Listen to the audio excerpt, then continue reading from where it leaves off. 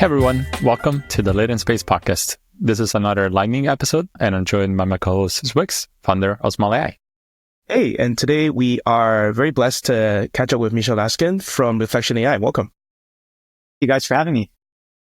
So today we're sort of recording this ahead of the announcement, but you have some very exciting news here. I think you're basically coming out of stealth. So if you want to sort of lead off with, I think the last that people might have heard of you was when you raised your round from Sequoia, and you did a little podcast with the Sequoia team. But now you're actually ready to have your landing page say more than 2 sentences about what it is you're doing. So maybe you want to introduce the world to Reflection.ai. Yeah, definitely. And on the landing page, I think more than one sentence. I think we have kind of one highly undescriptive sentence that lives on there right now. So definitely have more to share than that. So the main thing is that we're kind of ready to share what it is that this company has been working on, what our kind of sort of research approach is, what our product approach is, and the team that's assembled around this problem.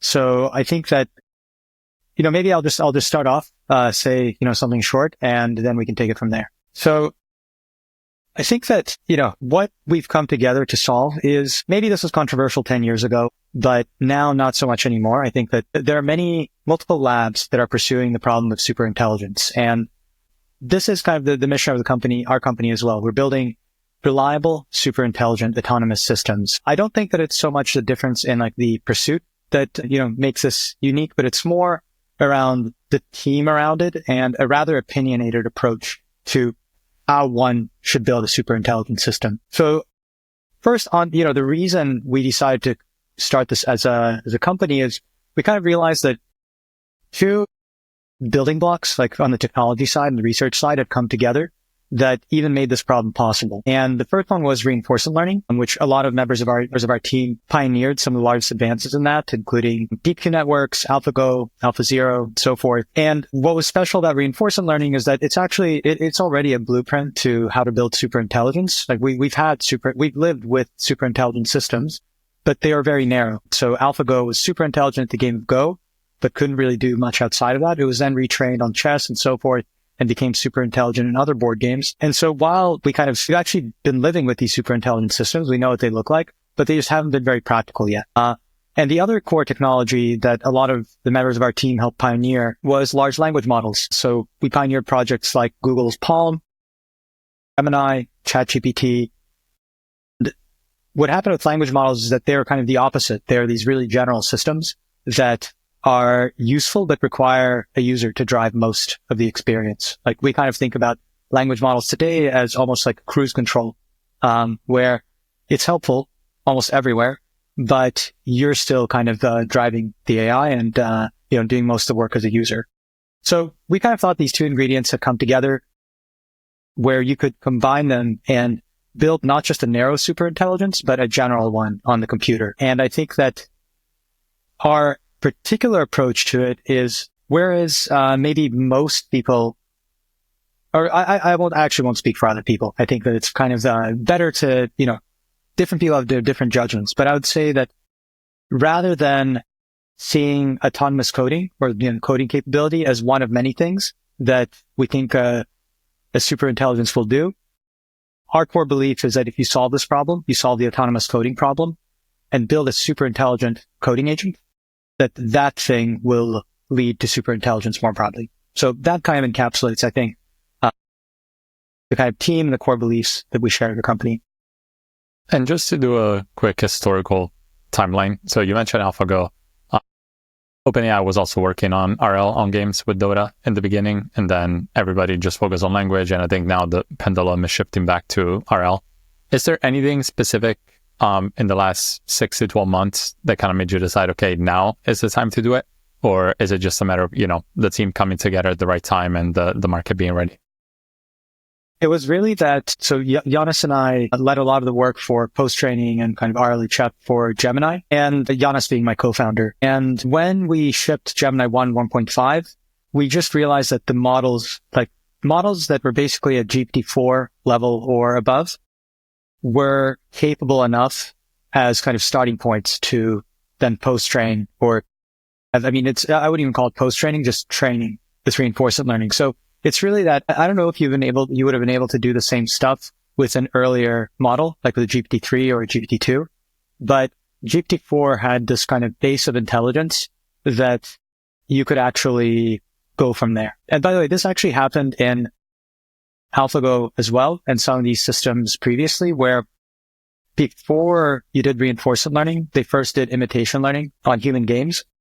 And it was important that the human playing ability was sufficiently high for you to be able to then bootstrap on top of that and then train with reinforcement learning. That is, if you trained AlphaGo on very weak human gameplay, then for that first project, reinforcement learning wouldn't have taken you as far. Of course, AlphaGo then transitioned to AlphaZero, where it was trained without human data whatsoever.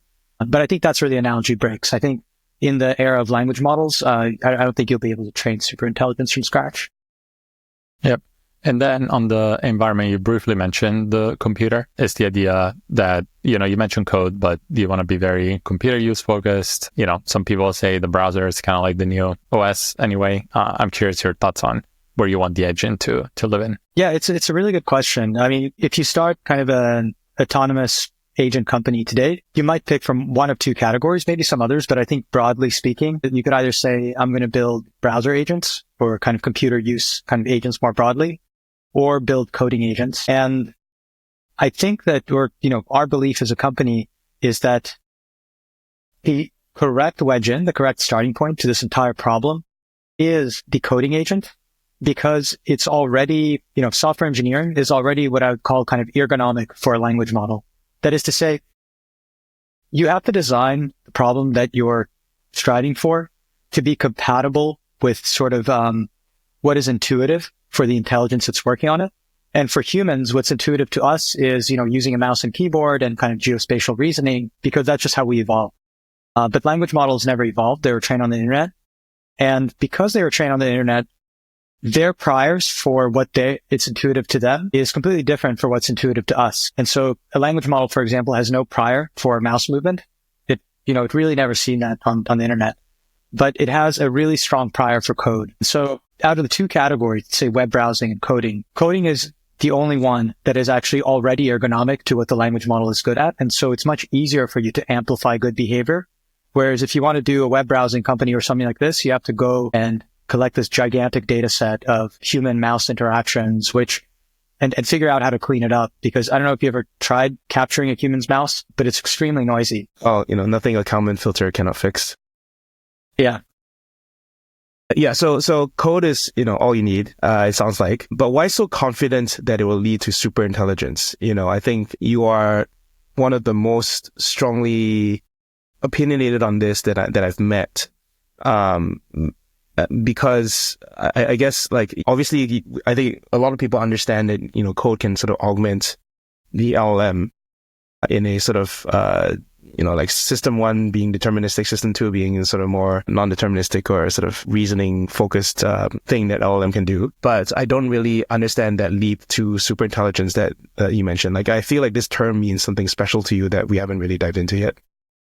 I think that, to me, it just means it's just a system that will be able to do most of the work that we want it to on a computer, and not just kind of do it, but do it more creatively than we could, right? That it'll discover, similar to how in AlphaGo Move 37 was this kind of move that AlphaGo did that was more creative than what Lee Sedol, the Go champion, could imagine at the time. Similar things, I think, will happen in, in computer-based work where, I think it's concrete in software engineering where you ask a model to optimize some code for you and it comes back to you with a solution that you didn't even know was possible, but is amazing. So I think that's kind of the world that we're headed into. But the reason coding is so fundamental for this broader vision is a belief that since code is already kind of the ergonomic form factor for a language model, we believe that a lot of software that, a lot of UIs are built for humans today, like the GUI mouse and keyboard was built for a person. And over the coming years, there'll be more kind of AI friendly or language model friendly UIs. And what's friendly to a language model is code. So the way a model will be doing work, not just for coding and software engineering, is by basically making function calls or using SDKs or like programmatic interfaces that have been developed for it. For example, I think the browser will fundamentally change. There'll probably be a user-facing browser that relies on the UIs that we use, but there will be, more friendly language model interfaces for, basically doing the same things that we do on a browser. You can kind of think of this already happening in that, like the backend for like the OpenAI search products or Perplexity or some of these other companies. You can think about the backend for that is largely programmatic. And so they've effectively built these kind of AI first browsers for themselves that I think that is more broadly coming. Yeah, I think like abstractly, I think AI first browsers are more or less search APIs, maybe with a little bit more actions that you can take on those things. One thing I wanted to sort of dive into also as well is just the comment that you made about sort of imitation learning and, I dug up an old comment that you had, from 2023 about how ChatGPT interleaves code with text. And it was basically just imitation learning on contractor data. Is that what you're seeing? I think, like, as you mentioned, like a lot of approaches typically end up with some version of self-play as well that scales up yourself. How are you approaching your data, or like what are your strong beliefs on your data? Well, you kind of have to have both. So it's really important to both get the right initial data mixture from supervised fine tuning, however it is that you gather it, that feeds the correct behaviors that you want to elicit out of the model. And then you kind of amplify those behaviors with reinforcement learning. So the key thing to reinforcement learning is that it only works. I mean, it can potentially work otherwise, but practically it only works when the agent has interacted with the reward, right? It's received a positive reward for what it's done. Maybe 1 out of 10 times, 1 out of 50 times. But if it's getting 0 reward, then you don't really know what behavior to amplify. And so that's why it's really important in the kind of initial mixture for it to already be doing things out of the box that are somewhat sensible, even if they're unreliable. Yeah, good priors are very important. Yeah, so like, and then I think one more thing that like ties to a previous conversation we had with Brett Taylor from OpenAI, which was like a lot of our code right now is just in languages that happen to be nice for humans to write, primarily Python and JavaScript. And there's a question of, do we, just like you believe that there should be AI native browsers, AI native user interfaces, is there a different language that like will actually be better for AI to code in? That's a really fascinating question. You would think so. You would think that there's some better abstraction. Again, like coding languages are mostly made for humans. You'd think there's probably a better abstraction that's more AI native. It's possible that something evolves that is different from what we have today, but it might also look somewhat similar because the things that language models understand best tend to be the kind of piece of code that are represented on the internet. I don't think a lot of people would be happy with this, but maybe the kind of fundamental language of AI becomes Python or something like this. Like everything gets bundled in Python SDKs. I'm not sure exactly where it will go, but it's probably going to be something close to what's already native to an AI or some abstraction of that thing. What do you think like a Move 37 for a coding agent would look like? To me, it's kind of hard for me to think of like something in code that would like shock me when I write it. Yeah. So I'm curious, like I'm sure you're giving it a lot of thought. I think there are going to be a lot of Move 37s. And one of them, for example, we're training these, large language models, and maybe kind of a collection of what some people might have perceived as, close to a Move 37 was, DeepSeek's recent, open sourcing of their various code components, that they use to train that model, which I think outside of the big labs was not really well known it was not really well known how to write kind of a kernel that's optimized for this particular type of attention. And that might be a glimpse of, what that might look like. Kind of imagine the kind of innovations that are happening. Are at these big labs. They're just kind of invisible, and made visible by a company like DeepSeek. Imagine kind of an amplified version of that, where you ask an AI system to redesign, your neural network architecture or kernel structure to be much more efficient. And it comes back to you with basically something that is just much better than you would have expected. Yeah, I think that's one of my issues with how people talk about deep research is like, can the model come up with new ideas? And to me, it's like, in what, new ideas for whom? Like, yeah, Right. this is not a new idea for everybody in the world. Like, some people already knew it, but like, you're kind of opening it up to everybody. So what do you think the role of open source will be in that? It feels like these coding agents should like default try and be open source, because I feel like it can compound the learnings so quickly. But I'm curious if like the external interactions kind of are negative in a way. Well, I think open source generally plays a really important part in the AI ecosystem because it allows for a plurality of research labs to exist. It allows, right? It's kind of, if open source models didn't exist today, or open weight models, then the starting point for any AI company that wants to train things would be to pre-train something.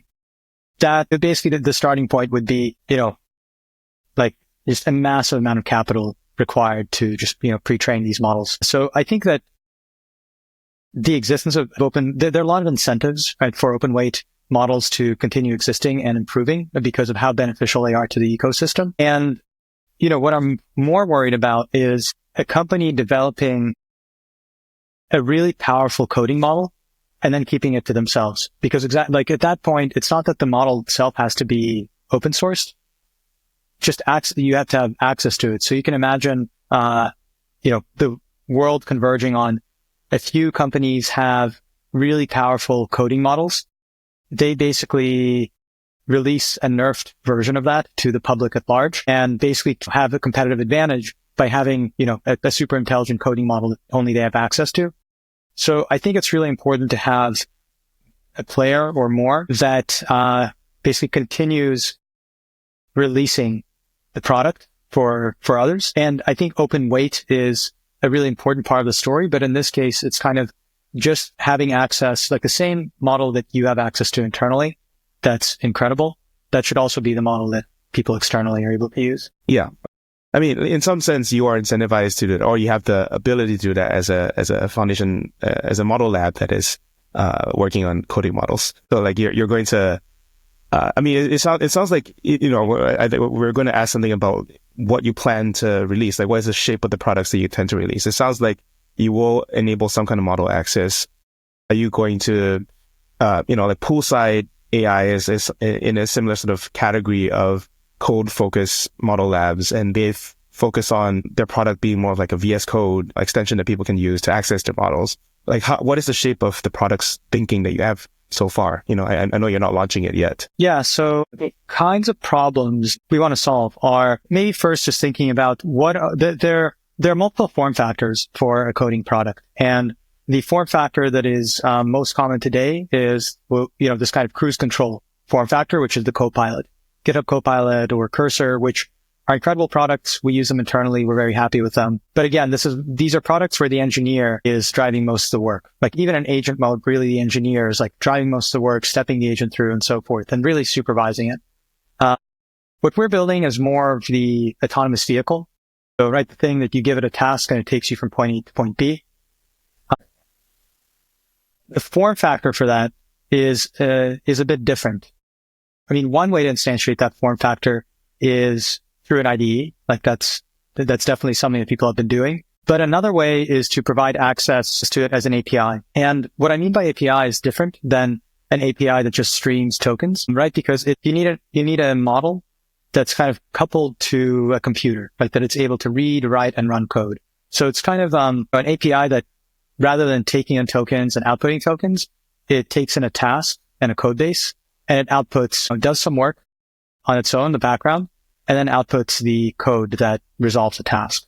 So our product form factor is more towards kind of the latter to help mostly kind of large engineering teams is where we've been finding pull from. So these are teams that tend to have like large and pretty sophisticated code bases. And when you're in that state, an engineer's work ends up being like a lot of this kind of backlog work accumulates in terms of maintainability, refactoring, migrations, security vulnerabilities and so forth, that as a company gets larger, the engineer goes from spending most of their time on, working on the features that matter and the more kind of value driven work at a startup, to very large company where you have giant code base and a lot of your time is spent on, kind of playing whack-a-mole on this backlog. And so we help companies automate those backlog workflows. So kind of workflows that had tests or, make sure the code follows the style guide, remediate security tickets or infrastructure incidents, refactoring migrations, things like this. We kind of, provide an API that helps companies resolve some of these processes. Yeah. Very, very useful in any number of form factors once you expose as an API. I think one of the one of the curiosities I have, I'm just going to ask personal curiosities now, is for large code bases, like basically code indexing. And one of the interesting approaches is what magic.dev is apparently doing, which is training 100 million context windows. Are you a believer in long context? Are you doing some kind of, what is the soda in code indexing these days? Well, definitely. I think the answer may be not as clear cut as just long context, because, on one end of the spectrum, you can just use a, RNN or an LSTM and you have infinite context, but, the memory is really bad, right? So it's not just having long context. It's whether your model truly understands what's inside the context.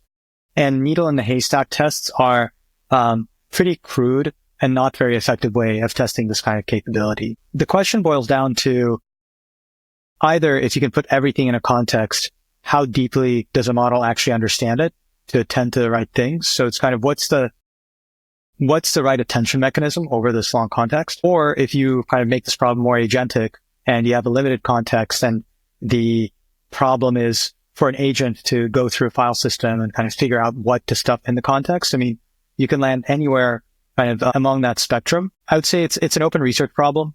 We have members of the team that actually built some of it's called localization, and that have built some of the best localization systems before on projects like Gemini. But it doesn't have a clear cut answer today. It's kind of it's a research problem. Yeah, my bet would be on long context understanding and improving the attention mechanism over the long context. That has some interesting challenges that come up with it, right? Basically, the longer the context, the more memory intensive this becomes hard to fit on, any reasonably sized cluster. Now, of course, there are tricks you can do to make your context longer, which is kind of like the stuff we did in Gemini 1.5. But nevertheless, you need to kind of trade off, you still need to trade off kind of model size for context size, just by kind of the constraints of how valuable is it to solve this problem? Is it valuable having, a cluster of 10,000 GPUs that are just handling like 1 billion token contexts? For one user, probably not.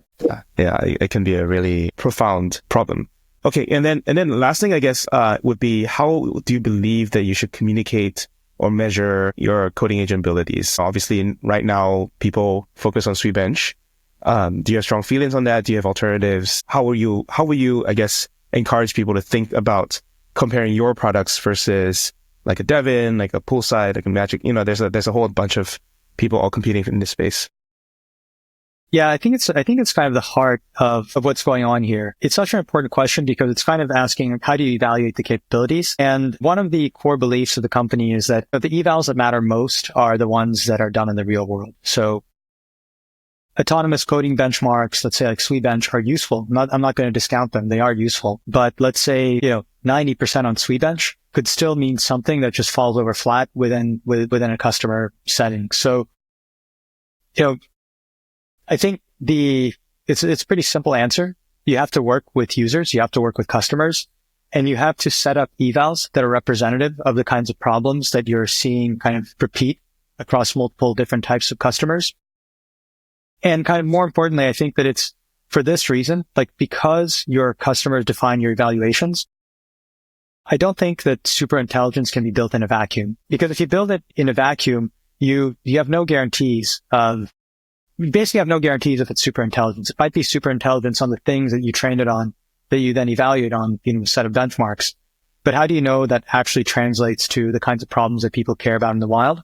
Now, if we think about super intelligence as, the system that helps us do kind of most work that we want to accomplish in a computer, then it's kind of by definition, like a customer-centric approach to super intelligence. How do you know if it's actually going to help you with your work on a computer other than guessing if you don't co-develop it with the customer? And safety, I think, is another thing that, that ties into this. how do you know it's safe and reliable for the things that your customers care about within their context if you didn't co-develop it with them? To date, how do AI labs do safe?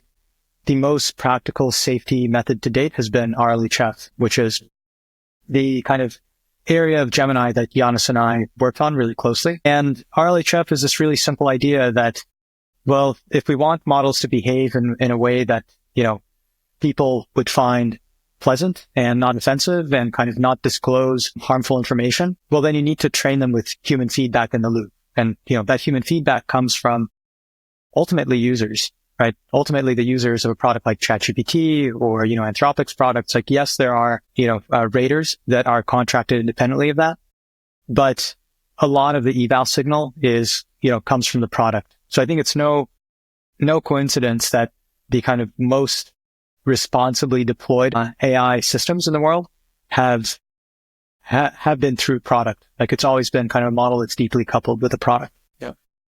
I know we're running out of time, but as we wrap, I'm sure you're hiring people, right? You're announcing a company. I'm sure you want people to work there. Who are the type of folks that are going to thrive there? What kind of work do they want to like to do? What's kind of like the culture? And then, if you have specific roles, but I'm guessing it's across research and technical roles.